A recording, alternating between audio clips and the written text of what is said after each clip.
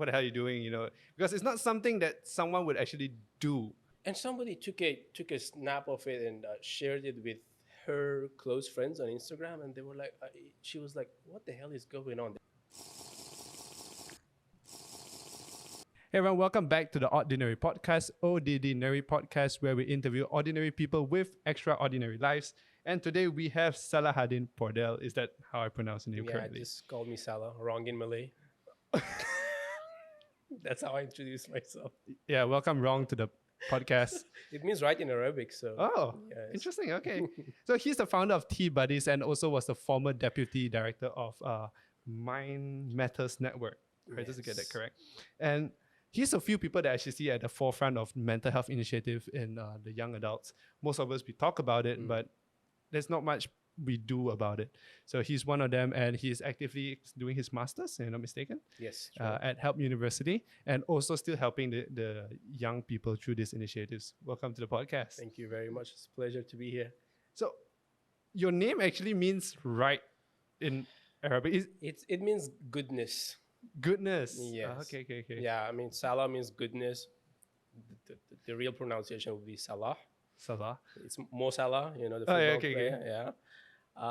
And Deen is basically religion, so goodness of faith, something like that. Oh, that's a nice name. It was, it's a historic figure in Islamic literature as well. So my father was quite fond of the guy. So I was named after him. I was named after Elton John, turned out to be gay. He was a legend. But he's a good musician. So my parents are musicians, so you get where that comes from.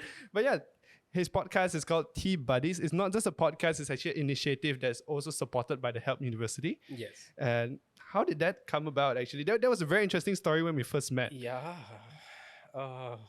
So people don't see it, but there's actually a teapot in front of us. Tea here. Yes. So when I joined Help in Jan 2019, I wasn't from the foundation program, so everything was pretty new. The culture is new, people are new, psych program everything's new. So I had to seek therapy because I was lonely. So I was like, help me, please, I have no friends, So, and it took me actually a while. And I was the kind of person that would wait for other people to approach me. I wouldn't go out of my way to say, hi, I'm Salah, what's your name, So it was a pretty lonely time. Then I was like, okay, let me do something different. So I started the water bottle that I used to take to campus. I would take some extra tea bags with me, and probably an extra cup. And whoever's sitting next to me, I was like, I have tea. Would you like a cup of tea? So, I mean, and then I bought like a pack of bow tea bags back in the time, 5-6 years ago, and paper cups. And I used to store them in a closet in the library. And we were not supposed to put anything there, you see. So I would just leave them there. And then we would have tea party every day inside library without the librarian notice. Are you supposed to bring drinks not. Okay, as a student, are you supposed to follow rules? Okay, fair enough. Okay, right. We know. So we used to have a bunch of friends, 5 of us used to have tea party in the library every single evening. And then I was like, okay, this is not economic. Like paper cups, like tea bags. Bring your own bottle. Oh, no tea for you. I was like, okay, let me bring actual cups, So I rented a locker behind the lecture hall, EMPH, the big hall. And I would put all my reusable cups there with more varieties of tea. And then I started bringing my pot to campus. So it's me, my pot, and a few glass cups inside my tote bag, walking inside campus, clinking, And then I would put them on the table, and people were like, what is this weird guy doing? Like, there's a whole pot of tea on the table during the lecture. And they would come to me, and they were like, you have tea? I'm like, I have extra cups too. Would you like some? And that's how I started making friends, And when the thought of the podcast came, and my friend and I were trying to pick up a name, we're like, we are tea buddies, you know, you and Yeah. I, you know, that's how we started. So why not we call it just tea buddies? And that's basically in a nutshell what the story is. Ah, so interesting. I have never had his tea until today. I was like, he asked me, "Do you want coffee or tea?" I'm like, "You're tea buddies. We're gonna rename it coffee buddies right now." So yeah, the tea is right here. Let's Yeah, just have. yeah, sure. I mean, Okay, it's a bit heavy. it is. Yeah, I poured it. What tea is this? It's life-changing tea. That's what I call it. But if you want the ingredients, it's basically yellow tea with. Yours? Yes, please. I should be serving you, but It's it's okay. It's okay. You're My hosting podcast. today. Yes, no You problem. can serve me during your Thank you. Yeah. Cheers.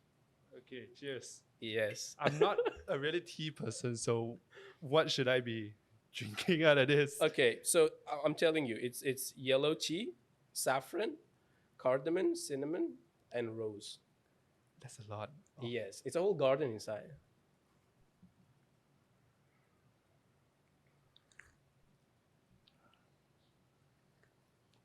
Isn't it life changing? Say it. No, the thing is, it's not sweet, but it feels okay. You gotta drink. I don't know how to. That's what I mean when I say it's different. It's just life changing. It's magical. That's how I've made all those friends. You know, I have more Malaysian friends than my Malaysian friends do. It's good tea. It is. I think so. I drink Chinese tea. Oh yeah, I mean, what else? I have those two oolong, black No, light. it's okay. I drink that all the time. But yeah, this is something different, and this is how you actually made Yes. friends. And then, Yeah.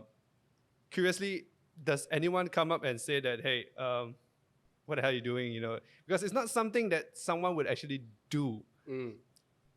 Have you faced that? Yeah, I mean, Because it's different. It's all the time. They're like, it's weird, and there was a time that I put it on my desk, on my table during lecture, and it was just there, and I probably like left class for the break, and somebody took a snap of it and shared it with her close friends on Instagram, and they were like, she was like, "What the hell is going on? There is like a whole teapot," and her friends were like, "You don't know this guy? It's Salah's tea. Like, how come you don't know?" You know, so I just You're like tea, but you don't drink tea? it, so I'm just a tea guy on campus. You know, I think after 5 years of serving tea on campus, now it's a part of Your Help identity? Yeah, my identity and Help University students' memories. You know, for a great deal. It's been everywhere. So actually, I saw this just linking to that. You actually left Iran 11 years ago. If you're your latest LinkedIn post, Yeah. uh, 25th July will be 12 years. Yeah. we're getting there. Yeah. So what was your I think you wrote like 11 points, what you have seen, what you have Yeah. learned. What's the biggest takeaway actually? Right. I mean, the one that I could relate it most to what we will be talking about today is that you don't just find friends, you make them. You know, because there's this perception that there's no good people out there to friend. You know, I can't find anyone to friend. I'm like, you're going about it the wrong way, Yeah. because you're not buying a pair of pants or like you know, oh, it's my size, you know, it's cheap, you know, let me buy this, it's stylish. No, yes, to an extent you should have a common ground, you know, so you should be in an environment where you get to interact with people that interest you in a way, but the rest of it is making it, you know, and it's basically the effort, the intentionality, the you wanting it to happen, right? And we usually miss on that part. There's a quote in the book The Little Prince, which is my top favorite book, and I suggest anybody and everybody who's interested in friendship. I'll get you a copy, by the way. That's what I do to my. I'm like, I'll just give it as a Come gift. on the podcast to get a copy of a book. There's a copy right there. The big book okay. right there is an illustration of. I got it as a gift. Do you mind if I just Yeah, take it please and go show? ahead. Go ahead. So yeah, this is the book. Yeah, this is the illustration version. So there's a quote in it that says, I know the Persian quote, so I'm trying to yeah. translate it. What does it sound in Persian? What does it say in Persian? I'm afraid I'll miscode it. So Okay, yeah, just do the English one. yeah. So it goes along the line of human beings are so used to getting things ready made from the store. But because there is no store that sells friendship, everybody's left without a friend. Whoa. And that's basic that's like when I heard that for the first time, I'm like, it's just so true, and it makes a lot of sense. You're just sitting there and you're waiting for life to happen to you, and that's not how life works. You gotta go out there and get your share. And it applies to friendship too. So that's probably one of the biggest things, biggest takeaways in the past 12 years. Because as an international student, it's very difficult. There are specific adjustment issues that we face, Yeah. culture shock. It took me 5 years to get used to the Malaysian food. I'm like, and people brag about Malaysian food, Is it good, though? righteously so. Now after the first 5 years was hell, but then ever since I joined Help and I made all those friends, I was allergic to nasi lemak, and people take offense at that. It's like I'm being controversial Which here. part?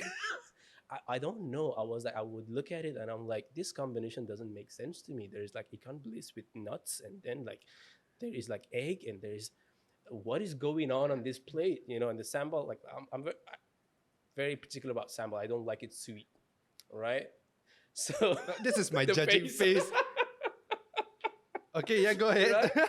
So, but now I love it. I was introduced to the village park. Just like friendship, you haven't found the right one yet. That's the thing. That's what they told me. They were like, "You've been just going around. You don't know like where to get the right one." I'm like, "Okay, then get me the right one." Yeah, we Malaysians will say, if you have had a bad food experience, you just haven't been there. Let me bring you. You cannot leave Malaysia with a bad food experience. Exactly. But now after making all those friends, that's the blessing of friendship. I think they did a great job with helping me get used to the food, the culture, I speak Malaysian slang, Yeah, that's the truth. yeah, I'm trying to stay cultured for the podcast sake, but but I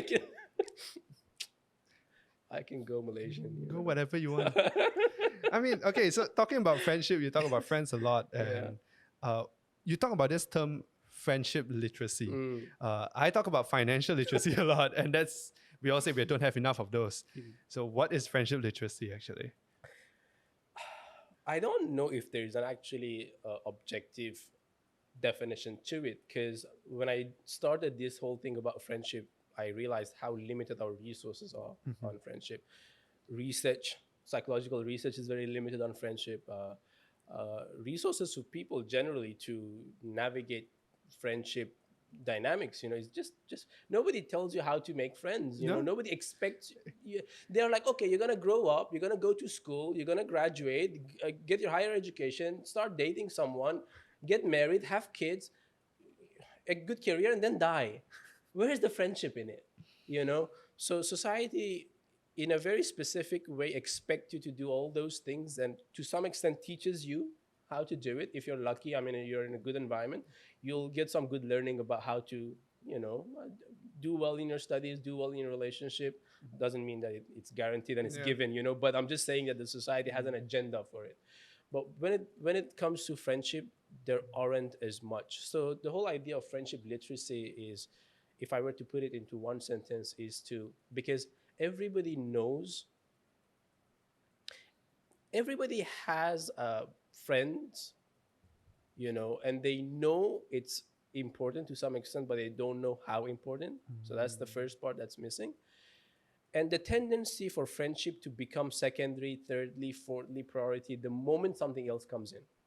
So we just push friendship aside the moment, it's like career, you start working. right, right. The moment, like, I have more important things to do. So there's always something more important than friendship, usually in our lives.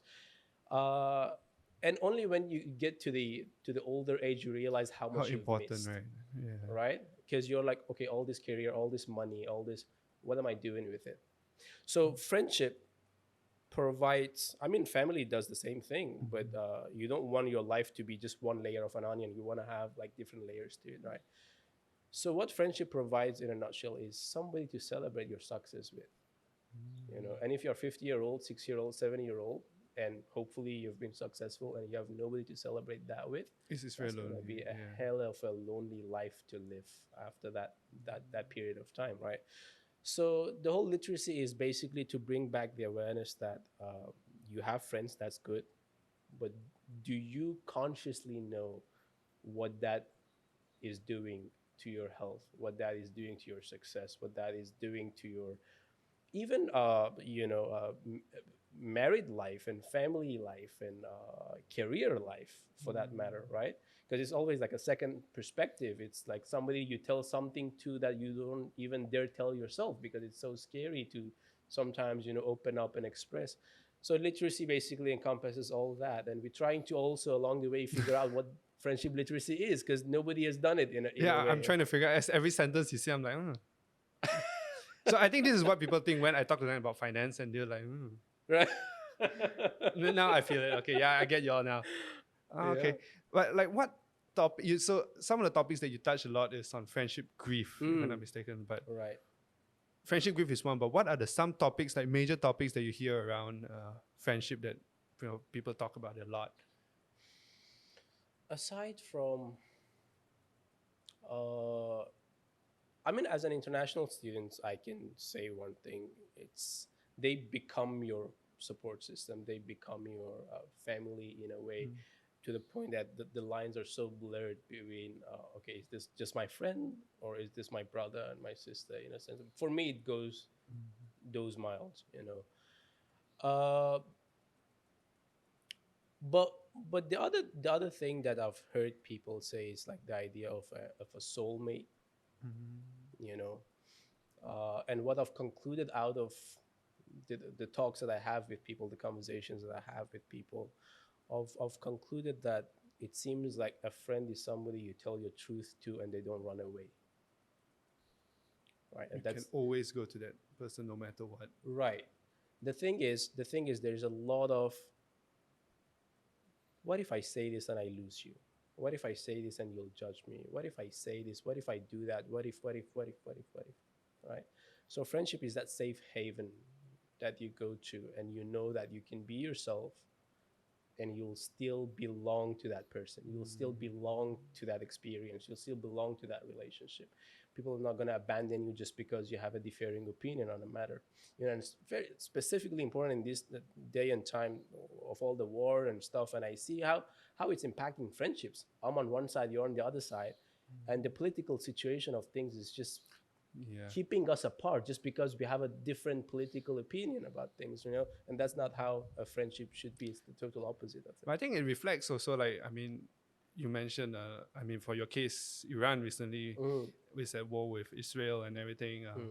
And there's difference in that. But that doesn't mean the Israelis, the people themselves are at fault for anything. They're also humans. Like, we have different races in Malaysia Right. also. But it's about the understanding that, hey, we are friends regardless of, because these things are not done by you or Right. me, Right. Basically, what a friendship does, Elton, is we are by default in and out of different groups. So I'm an Iranian, you're a Malaysian. So those are two different groups, right? So as an Iranian, I should be an outsider in Malaysia by default, right? But when I make friend with you, what will happen? We'll just break the border. Yeah. I don't look at you as a Malaysian friend of mine. I just say, As a friend. he's a friend of mine, And you don't look at me and say, oh, yeah, he's a brown friend of mine, or like an Iranian friend of mine, a Middle Eastern friend of mine. Yes, if you want to categorize things, yes, right? But like But go he's out. a friend. Right. So that's what friendship is supposed to do. It's supposed to break the out groups biases, in-group, out-group biases that we have towards each other. And if you are in a friendship but you still can't overcome that in-group, out-group, like, oh, this is me, this is you, kind of a thing, chances are you're not doing it the right way, because it's supposed to keep you despite all that, right? You come from a different culture, I come from a different culture. We come to a common, friendship brings things to a common ground. That's probably how I can summarize it. I think sometimes we talk about friendship group dramas and how. Oh yeah. I have strong opinion on those things. Yeah, what's your Please share. You wanna go there? Yeah, let's go there. Okay. So one thing I've observed a lot is disclaimer. I'm not encouraging or discouraging anybody to not or to do date, within the same group of friends. That's up to your decision, but this is my observation, right? So this is what would happen. So two friends get into a relationship with each other. So at this age, it's very very normal. 18, to 25. That's where you start, experiencing things, trying things out. So it's a whole group of friends that we have, and two of us start dating now. And after a few months, it doesn't work out. Okay, now what happens? The group splits. Some probably would support person A, some will support person B. All right. So you're already taking sides. So the in group, out group bias is already happening within the group, the friendship group, right? So we're going to go to movies. Uh, the first question that's asked, is she coming? Or if it's if it's her asking, is he coming? you know so you never get the same experience ever again. Some people think that from friendship to dating is an upgrade. It's not given. If it happens so that you can date your best friend and it's successful, man, I'm so happy for you. That'd be the most That's the beautiful best. thing. That's the best thing that could ever happen, right? And the opposite of it is as Yep. you know as much of a catastrophe, because then unfortunately I've seen friendship groups dismantling, just because two people decided to date. I'm like, if you're civil enough, we can sit down and talk about it. Okay, you all dated, it wasn't successful. But Should it change the way we feel about each other as friends? no, You but know? that group will never be the same. It would never be the same. That's the thing. That's the risk in it, right? So that's what I tell people, my friends specifically, right? I'm like, so you're going there with a risk of that. If it doesn't work, you're gonna lose these people. There's a chance that you're gonna lose these people. So are you gonna risk it? Are you gonna gamble with it, right? And I'm never supportive of it as a person, like as a friend, I'm never supportive of it. But people do it, and I'm like, okay, I'll wait. you know, I'll wait. If it works, beautiful. I'll celebrate with you. If it doesn't, Most of the time okay, it doesn't. what do we do? We'll mourn together. So a lot of dramas come from that, which is unfortunate. I wish that's also part of friendship literacy. So what do you do with friendship drama, right? What happens, Elton, is like people stop talking to each other when drama happens, and I'm like, that's the only means through which you can get a message across. And you stop talking to each other, I lose You touch stop with understanding each exactly that's the word. I lose the opportunity to understand you. You lose the opportunity to understand me, and I'm like, okay, we're grown ups. At least believe that you're a grown up, right? Like act like one, right? So if anything, communicate. You just say it. Okay, this is happening. This is how I feel about it. This is where I think it's going. What can we do about it? At least, and even if it's supposed to end, even if it's going to end, even if you're gonna break, why don't we do it the right way? Why don't we do it a healthy way? Why don't we say, okay, you know what? I other. don't You don't think leave a trail of destruction. right. We are getting into this habit of ghosting each other a lot these days, and that's the most painful way of losing a friend, because it leaves you with a lot of questions. What did I do? What went wrong? You never get closure because the person is gone for good. You text them, there's no response. You try to find them, there's no way you can find them. Probably they blocked you all over on all the social media platform. So that, in my opinion, is one of the most painful forms of losing a friend. Death may come second, actually, because when somebody is dead, you know that they are It's dead. gone. There's no more Right. chance. Zero. Right. You're not bargaining with an opportunity, with a chance that, oh my God, like let's do something. Let's revive it. Let's rebuild. Let's rekindle. But There's nothing. right. But when the person is there, but it's not yours anymore, or you don't know where they are, you're gonna have that question with you for God knows how long, and that's painful. Right. Wow. So is that how you actually, so I know you deal with friendship a lot, but is that how you eventually pivoted into mental health through this grief process?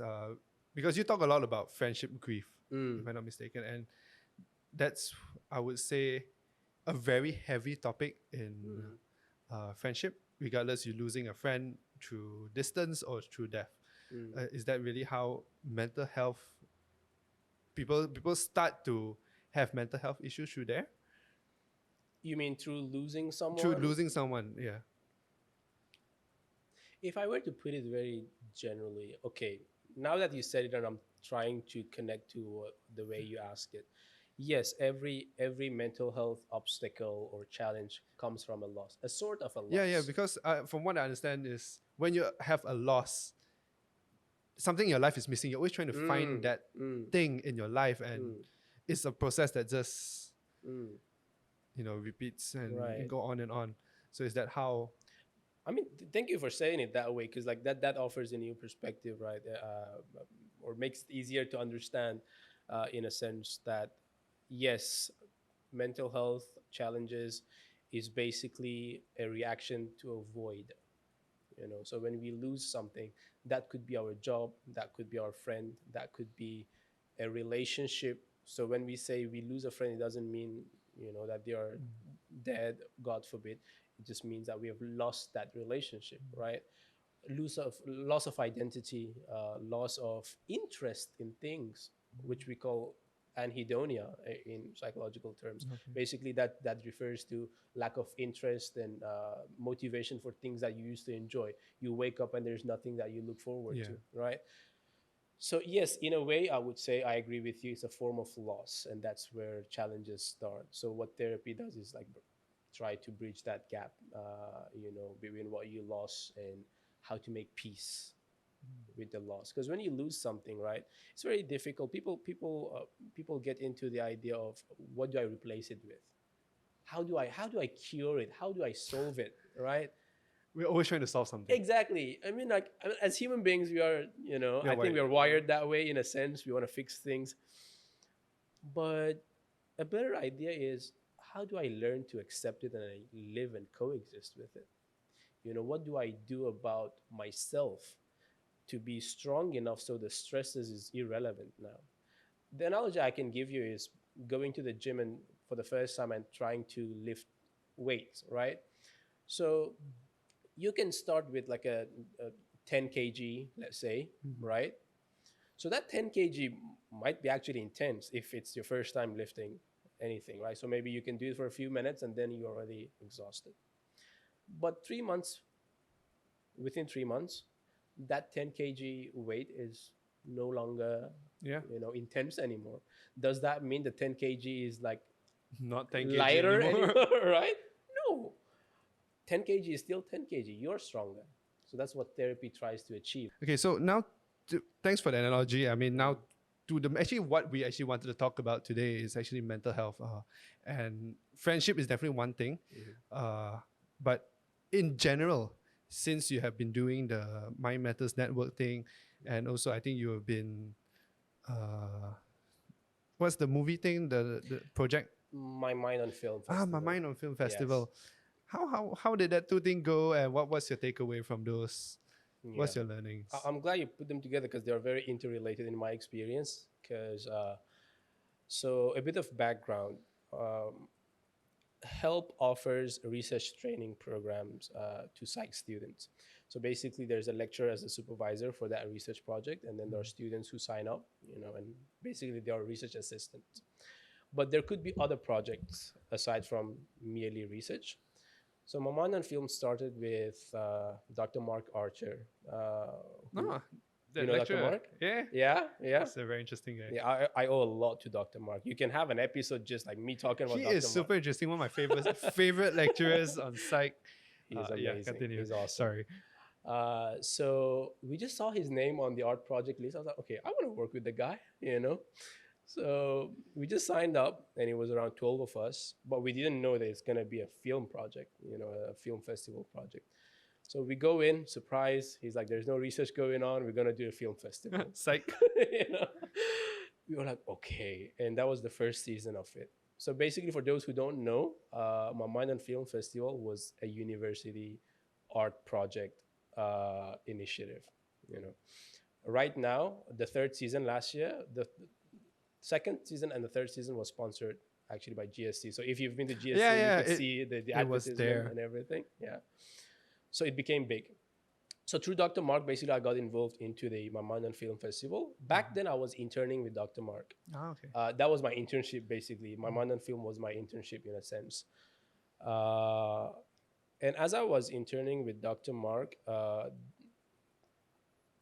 simultaneously, a group of students in IMU, my friend Sharada, I didn't know her before. So Sharada started this club society in her university called Mind Matters Network. She's a medical student, but she was very interested in mental health. So she started this. As all medical students are. And they need it as well. Right. We saw what happened during COVID. So she started it with Dr. Philip George. God bless him. He passed away, I think, around 2 years ago. And Dr. Mark asked me to be a part of the initiative as well. We wanted a representative from Help University to be there as well, because these two are very similar names and we all confuse them. Mind Network was getting people from different universities, and the idea was like to have stations in different universities, right? So I was the Help representative, and at the same time, I started as an outreach director, and then I took up deputy director. So that's how I got into both initiatives. Where do we go from now? Like what was the question again about? No, I mean, mental health is a very, very broad term and it's not very spoken about in our community. So where do we start? Like in terms of this kind of projects, what do you look at first? What do you target? Right. So what we did in Mind Matters Network, the motto was by youth, for youth, with youth. The only grown-ups in our team were the advisor. There's no by grown-ups I mean 40 plus. we don't consider grown-up. We need grown-up supervision. Again, another quote from the Little Prince is like every grown-up was once children, but only a few remember it. I love that quote as well. So I would like to remember that I was a child. I would like to stay in. We still are, right? We still are. Compared to. Okay, let's stop. Okay, so it was something by the youth for the youth, and we would have regular initiatives. We would do mostly mental health exhibitions. So mental health exhibitions would have certain like a few elements to it. So we would invite other NGOs, other potential partners to have their own booths set. They would have art therapy, they would have letter writing, they would have so many things basically was happening, right? So that was one initiative that we try to engage the youth through, right? We would have counselors on the spot when we would have the exhibitions. There was a counselor on the spot. So if you can stop by the booth and talk to somebody just like that, right? If you're going through something. We'd have panel discussions, for the youth, activities. A few thousand people over a year actually attended our initiatives. So that was one medium, having mental health exhibitions inside different campuses. So we did in Inti College, we did in Taylor's University. I'm no longer with them, but I'm sure they're still active with these things. So that was one. With Mamandan Film, the medium was film basically, which is very interesting. And the films created, Elton, we just basically, it's high school students and up until 25-year-old, right? So there were two categories, high school category and the young adult category. So we were like, okay, each of you has your own, mental health journey. So why not you turn it into a poem or like a point of view kind of, short clip, right? Some people made actual short films. It was some of them were really good. Really good, right? I'm impressed. The videography, the cinematography is like I need a new job soon, like real soon. Right. We were impressed as well. We were like, okay, this works. Actually, it's not just the videography, but the way they can structure the storytelling process to embody whatever they want to convey. Right. It's mind-blowing. And sometimes to see that these people are 18, 19. Exactly. Right. I was more impressed actually by the younger ones, because I was like, at this age, when I was that age, Come Yep. on now. So it actually makes me Mental health didn't exist. right? So it makes me really happy, actually. I've been in Malaysia for like 10 years. This April was like basically 10 years since I came to Malaysia. And if I can tell you one thing, Elton, is that our youth are on the right track with their mental health, right? So I'm not saying that everybody's mentally healthy or they know exactly what to do, but the level of literacy that the young generation has, you can't compare it with any other generation, right?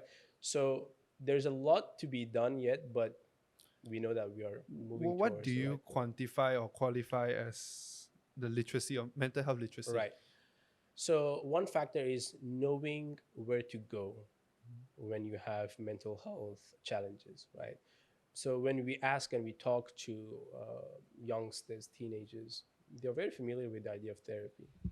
They understand that there are resources, like befrienders that you can call, helplines that you can call and talk to.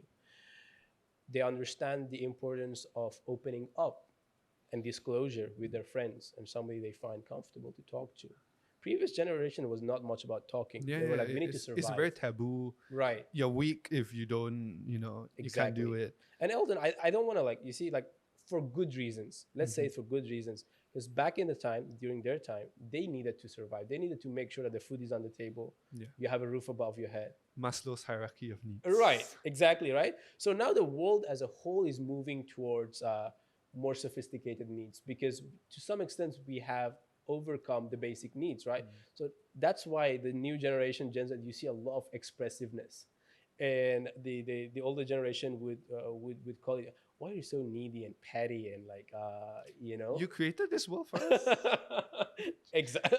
I love my mom and dad, but you put food on my table. I mean, but yeah. Right? So we have moved on from those needs. That's why, and as human species, we have been oppressing those emotions and feelings for so many years, for centuries, right?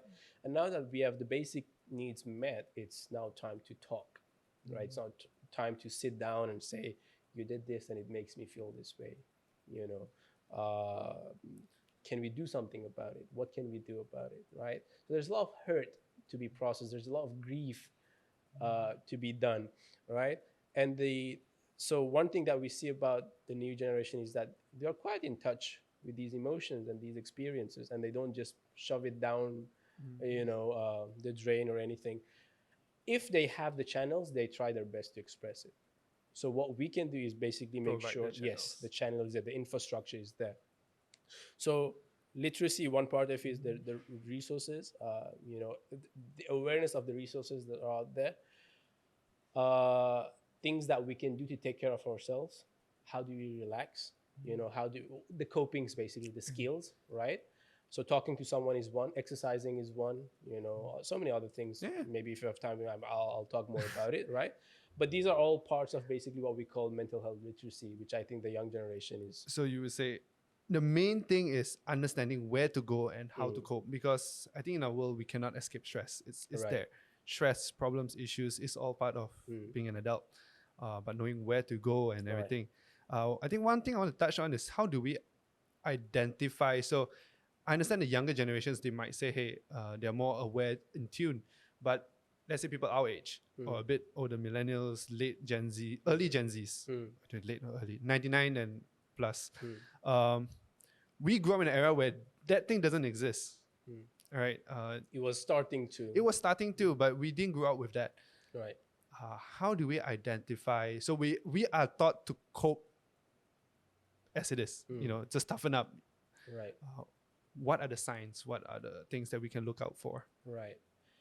I would give you a principle instead of giving you like the answer, because for different people, different signs, right? Yeah. But one thing that we call warning signs, basically, the idea of warning signs is basically you moving further from your usual self, right? So you wake up and you feel something's different. This is not me. Something's off, right? So that something off is basically your warning sign. If I'm somebody who's very talkative and all of a sudden I'm becoming so quiet, I'm talking less, I'm withdrawn, okay, that means something's wrong. I need to do something. But if I'm somebody who's very quiet, And so they become and talkative. all of a sudden, that's warning sign for me, right?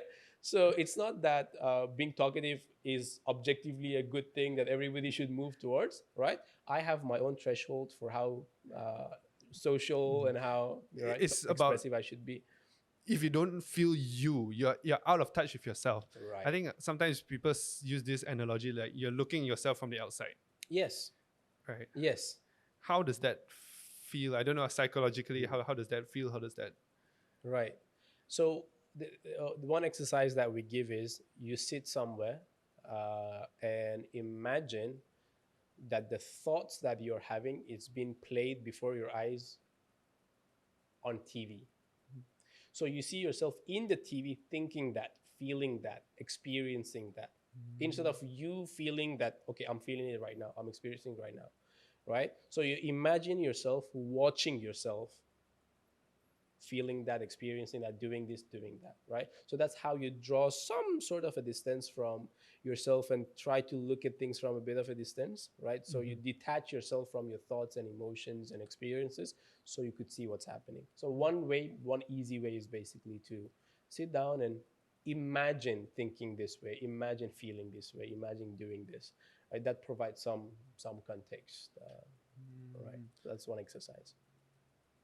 Okay, so that means I'll sit in a corner and okay, probably because I wake up, I love what I do, right? So probably I cannot understand, I cannot empathize with that. But for let's say I'm someone I would say stress is part of my everyday life, and how if someone who like is super ambitious and everything is constantly pushing the boundaries, we have that mindset that this is not feeling right. I need to push through it. I have no choice to push but to push through it. Is that so? It blurs the line with being strong, and actually you are stressing yourself out to a point of a breaking point.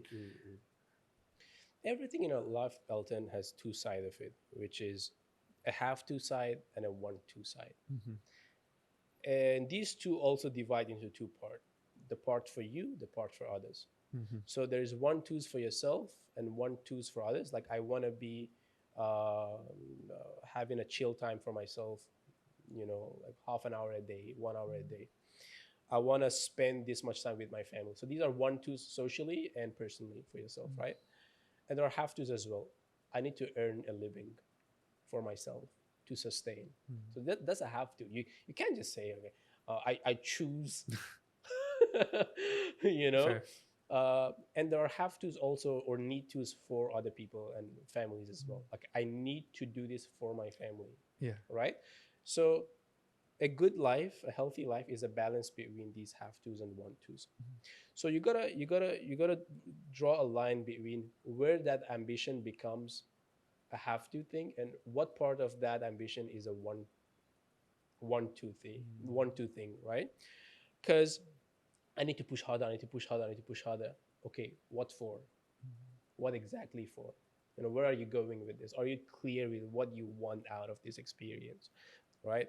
So even your ambitions and your goals and your identity that you want to build, right, is again half want to and half need to. So the idea is to be in touch with what part of it is responsibility, what part of it is desire, right? So you don't make a desire a have to because you lose touch with the pleasure, and you don't make the responsibility a choice because then you'll become very what do you call it, irresponsible and like easygoing and Like out of touch with reality. exactly, right? You become Delulu. Yeah, Lulu is the Salulu always. Right? Right. So I Yeah. mean, let's say towards people like us working, or even let's say our friends in corporate, I think that is I would say a need to just put an example. If I am I always talk about living your ideal life, your your life that you want to live, but how do you try to in a new let's say you're in a company and you're earning good money, but you're stressed out of your mind. A lot of them would just say, hey, let's just cry with the money, But is that something that is a warning sign itself that you hate the company, but you're just doing it for the money? Is that something you have to address, or you can just, Right. suck it up and learn stress management Okay. rather than thinking of it as a warning Right. sign for mental health? So there are different layers to what you're saying, right? So if you are the one who is stressed, so it's an internal thing for you.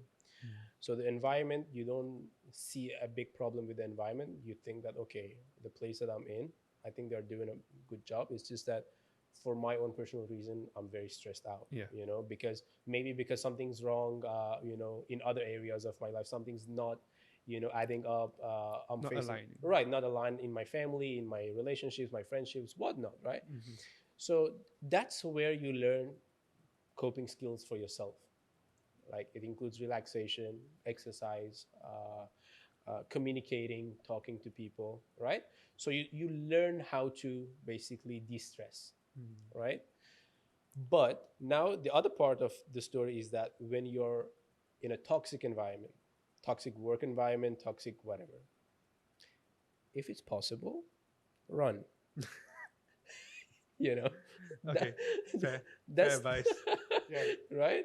I would never advise anybody to stay in a place that is so toxic, that's so irrationally demanding of them, you know that they're not growing in, they're just giving and they're not taking anything from except for their salary, which probably is delayed as well. If you're talking about toxic environments, right, they guilt trip you for leaving. So first thing, if it's possible, just leave, and try to find a better place. But now I'm Okay. like the other side of it, what if I can't, right? What if I have to sustain Yeah, that's stay there, the- right? So again, first step, understand what you want out of this, right? How much you can control and how much you can't control. This is very important.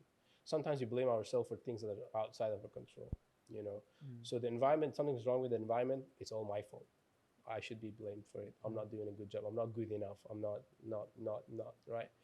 So that's one thing, to place the locus of control properly. So what's within our control and what's without our control. So on my end, I can make sure that I'm doing what it takes to perform well in my position. But what if there's something wrong with the managerial side of things, right? So that part where the communication comes in. So basically, you go up and talk to the people, to the higher ups. Okay, this is what's happening, right? So you communicate if possible. Like I don't see any other way of just sitting there and sucking it up. That's not the solution. Right. Because most of our stress coping mechanism I feel like, ends up becoming our defense mechanism in the future. And that is something that subconsciously is very hard to. So let's say a stress coping mechanism is I will binge eat. Oh, okay. For example, let's say I'm Okay. stressed, I binge eat. So whenever I deal with stress, I'll go and eat. Right. I won't solve the problem, regardless it's work. And now even in my personal life, it's a fight or flight response. If that thing is, you are aware that it has become a defense mechanism, that it's across all aspects of your life, is it then when you will need to go and seek therapists, or Depending, like if you have the resources for it to seek therapy, right? Maybe we should talk about like the that's therapy where cost and whatnot as well. So if you can afford therapy, that's good. You can do it. But there are things that you can do on your own, to de-escalate, basically. So like I said, exercise is one. Why? Because exercise gives you dopamine, and exercise gives you serotonin, and these are feel-good hormones, right? So you don't need necessarily medicine for every time you feel bad, like I need to do this, do that. What does medicine do for depression, for example? it changes your chemical composition. Right, it's called serotonin reuptake. Basically, it rewires your. yeah, it gives you as much serotonin as you need, probably, right? Or tries to balance your serotonin level. Uh, I don't recommend as a first step, right? There are situations in which it might be needed, but you can get it naturally through exercise, through things that are fun, through things that are engaging and rewarding, right? So exercise is naturally and objectively one way. And with exercise, don't get me wrong, I'm not asking you to hit the gym even half an Just hour. go for a 2 walk. hours. Go for a walk. Exactly. Yeah, that's the easiest. Go for a walk. 10 minutes brisk walk, or like for a jog if you can jog, right? And 3 times a week, 5 times a week, 2 times a Just week. go out, change the scenery, change of. Right. So there are these things that you can do. Journaling is one, right? Sit down and put your thoughts down, because these emotions have to go somewhere, right? Emotion is not something that you rationalize with. You flow. It's like energy. All right, exactly.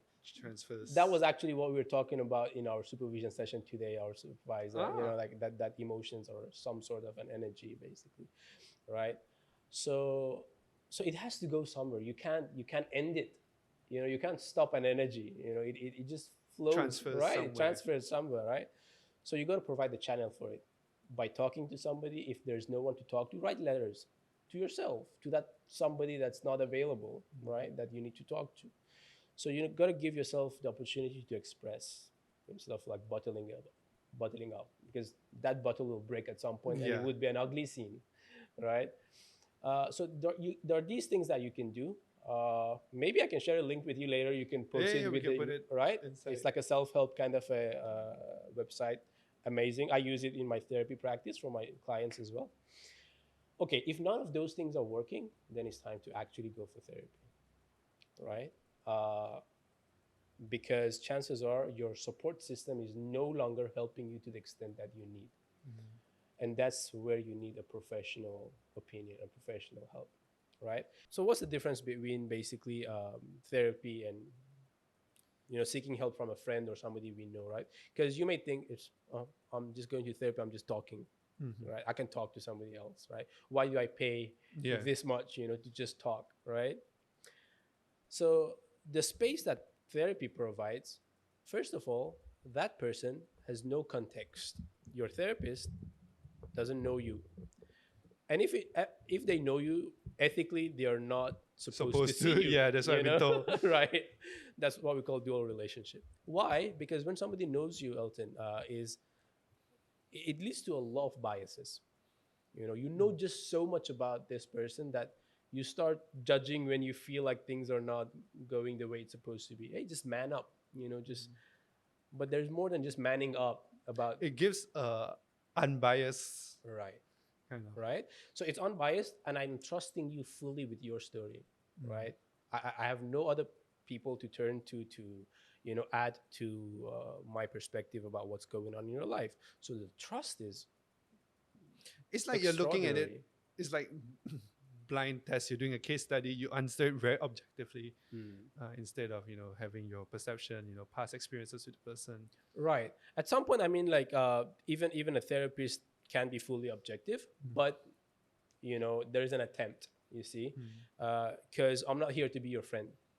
I'm here to help you professionally, right? And use my expertise. So, especially when things get chronic, when things gets to the point that may warrant a diagnosis, for example, that's not something getting just help from family or friends alone would help, because you need to find out what exactly it is. Right? Is it generalized anxiety? Is it depression? Is it PTSD? Right? What it is, because for each of these things we have different treatment plans, right? So some people would come to therapy, Elton, and they're like, how come I've been talking about this trauma that happened to me to 10 people and I'm still feeling it? Well, I have news for you. There's just more than just talking about your trauma, that needs to be done, right? So if I've been talking to my friends, 10 friends about this trauma and just talking, that's not enough, right? We need to do something more, something. So what therapy provides is it provides a safe space in such a way that you feel safe enough walking into an area of your life that you wouldn't dare doing on your own. Because this time there's somebody holding your hand. This time there's somebody holding a light. This time there's somebody, hey, I'm there. It's I'm like listening. in the movies, you always see that, the person goes to therapy, and then they change scene. They're bringing him into like, so revisit this part of your life. This shit happening. It's like, But I think that's what people think of therapy as. There's something wrong with me. is a very scary part of my life. I don't want to look into it. But if you don't mind, just walk us through. Let's say if I go for therapy today, what can I expect? What's the process like? Right. I think that would help with. That's a very good question. I recently wrote something on my LinkedIn about the difference between mental health consultancy and mental health therapy. Okay. Some people have the perception that I go for one session and that should be fine. Just the way you visit a physician, a doctor, right? So I go in, I get prescription, I'm cool. The doctor would ask you probably to revisit him in 2-3 weeks, but you never do, right? Like none of us would do that. I never do. Good to know. Right? But therapy is not like that. You need to draw a line between, am I going there for consultation or am I going there for actual therapy, right? Consultation is just one session, and chances are I can't do much with you, right? But let's talk about therapy, what therapy is. I don't want to talk about like what consultant, because that's not actually my area of work either. I'm not a mental health consultant. Right. I'm a therapist. So what you can expect in therapy, right? First question, what happens in the first session? So first session is what we call the intake session. Intake session is usually, because you are new to the therapist is new to you, right? We don't know each other. We need to spend some time exploring the background. So what brings you to therapy? That's the first question that you'll be asked after the consent and whatnot, basically, right? So the first question is, what brings you to therapy and how can I help you, right? So what we are trying to do in the first 2 sessions is to get a background of our client. That includes family history, that includes the history of the issue that they're bringing in. Let's say there's a grief happening, right? The loss happening. So how it is affecting them, what's the severity, what area of life and functioning is it affecting? Are they becoming more forgetful? Are they losing interest in things? Are they withdrawing socially? These are basically all warning signs. Are they losing touch with sleep, with appetite, with, these things basically? And usually people are open about it? Surprisingly, yes. Oh, because you already established it as a non-judgmental safe space? It's not that they would give you everything, of course, in the first session. So that's another point that I would like to get at, which is that therapy is a journey, is a relationship. You don't build a relationship in a single session consultation, right? I need to see you for a few sessions in order for you to trust me enough, right? So what happens in the first 2 sessions is usually background, right? I'm trying to understand what the problem is. I'm trying to conceptualize the problem, right? And come up with a treatment plan. Right? So that's the first 2 sessions. And then moving forward, what you can expect is coping mechanisms, right? So things like I said, relaxation, exercise, journaling, and whatnot. So we start simple. We're like, okay, try these things first and see if your problem, if it improves, if your status improves. We give it a while. And then, okay, if it's working, great, keep it up. Maybe do more. Maybe this is how you structure your day, right? If it's not working, okay. Chances are maybe we should look for a assessment, because we may be missing a diagnosis here. So that's where you're seeing a clinical psychologist and not a counselor. So that's how they differ, right? So a counselor is more on the intervention side, a clinical psychologist on the diagnosis and intervention side, right? So that's how you draw. One is before shit happens, the other is shit has happened. One is the one that figures out the shit. Okay, well, I think put it simply, one is you have fever, and the other one is that you have cancer. Okay, not so extreme. Okay, there's a debate on this. You see, like I can't give you a straight answer because some people there's a misconception actually that if I see a counselor, they don't do in-depth work. Counselor only deal with relationship issues, very surface, very surface. That's not true. There are counselors, because of their intense training, they can do a much deeper work than some of the clinical psychologists out there. And this may hurt some of my clinical psychologist colleagues, but like this is the reality of things. And there's another misconception about clinical psychologists, which is they only do diagnosis, they don't do intervention. So I only go to get a diagnosis from a clinical psychologist. No, we do diagnosis and we also do intervention. Right? So this is basically, but if you were to generalize it, basically this is what I don't think so we should generalize it, but okay, this is how I can put it in a safest way Yeah, for yeah. you, right? So you can seek counseling from a counselor for any kind of mental health challenges that you're facing. If the counselor comes to a point where they think you need a diagnosis because everything they tried, like the coping mechanism, whatnot, we just mentioned, that there is a diagnosis needs to be, an assessment needs to be done, then they would refer you to a clinical psychologist because they are not qualified and trained to do a So diagnosis. always go to a counselor first.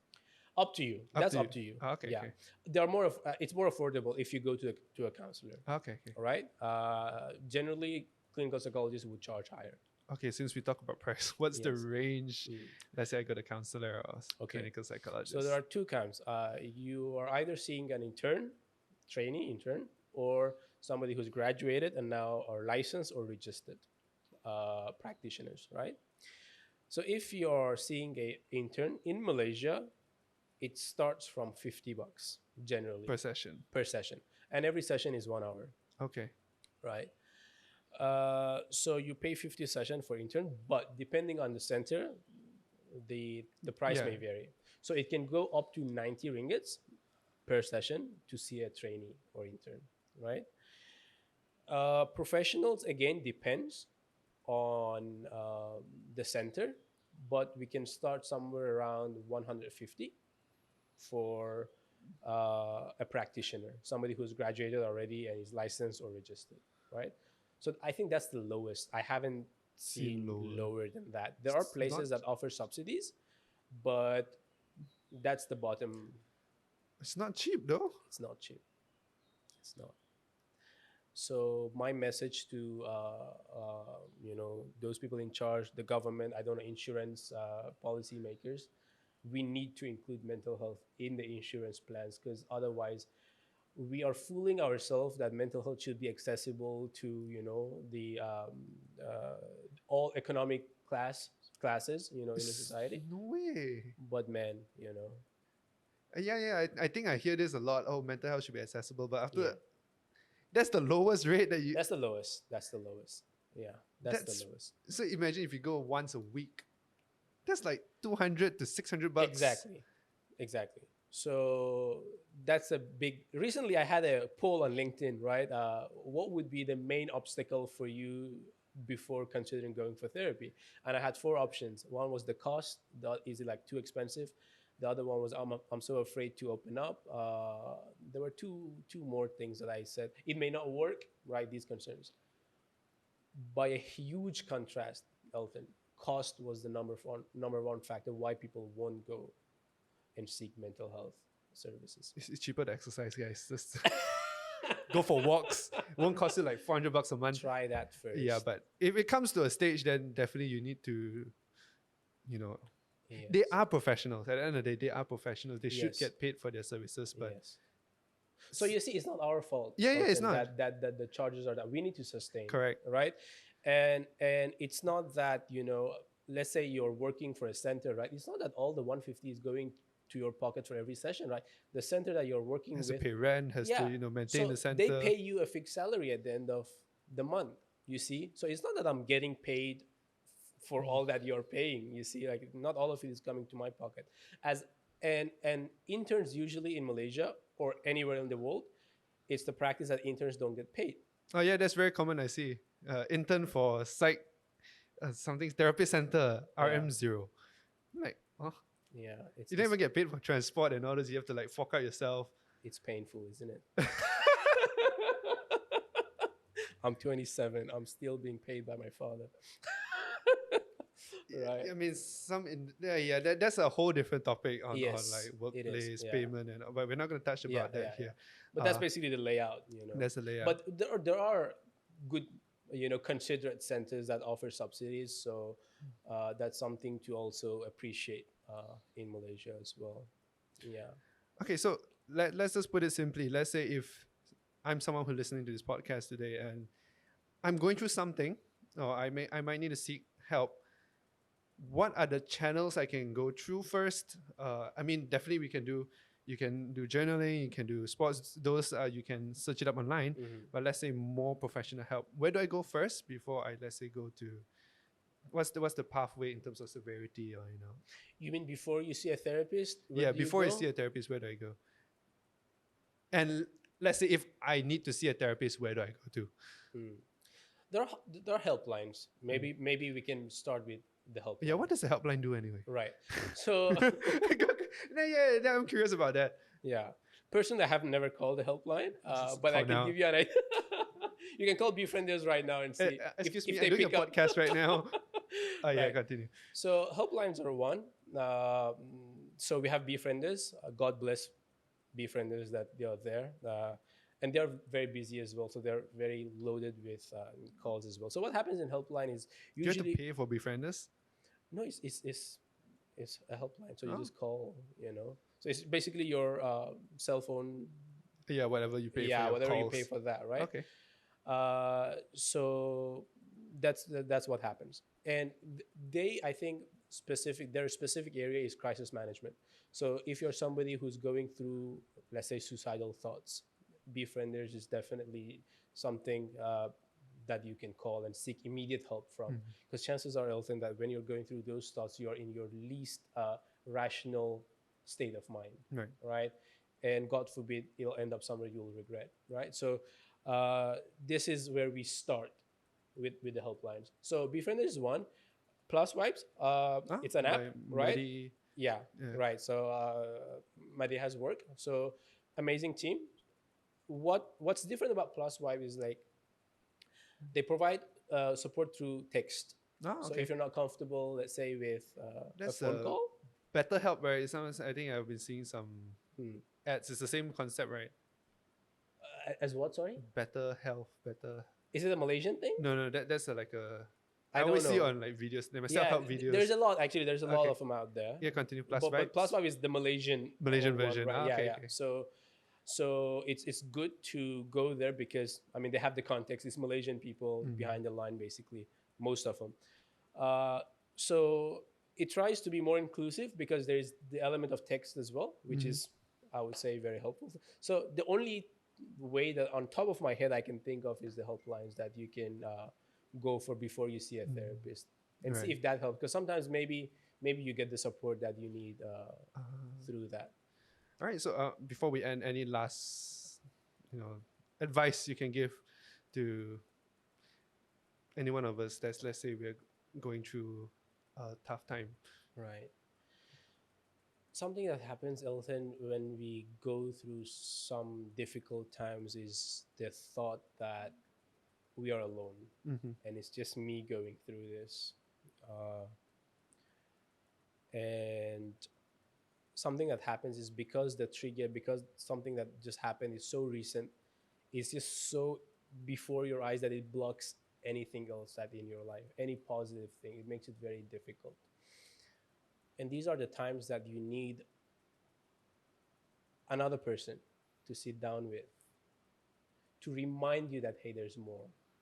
I understand that you're going through this and it's tough. It's I can't imagine.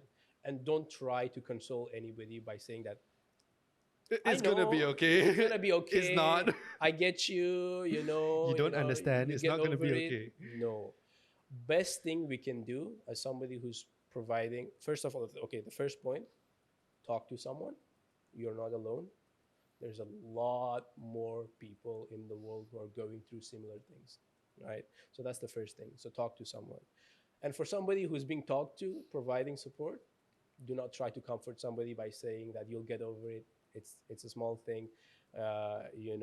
Man up, grow up, stop whining. These are very dangerous things to say. Because of all people, Elton, this person came to you because nothing else worked. And now you're holding something very fragile, and that's where empathy should kick in, right?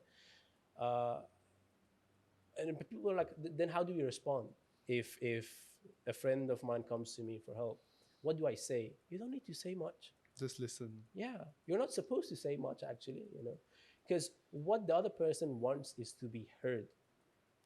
And we don't feel heard by being talked to. That's not how it works, my friend. Right. So you provide that safe space that, okay, you just For the energy to flow. right.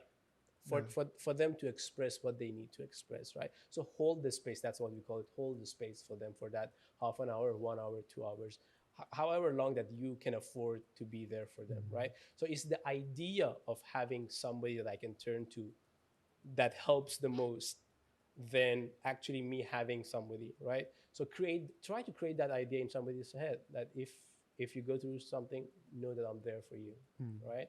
Because sometimes I don't actually call you, but I know that you'll be there if I need Yeah. to.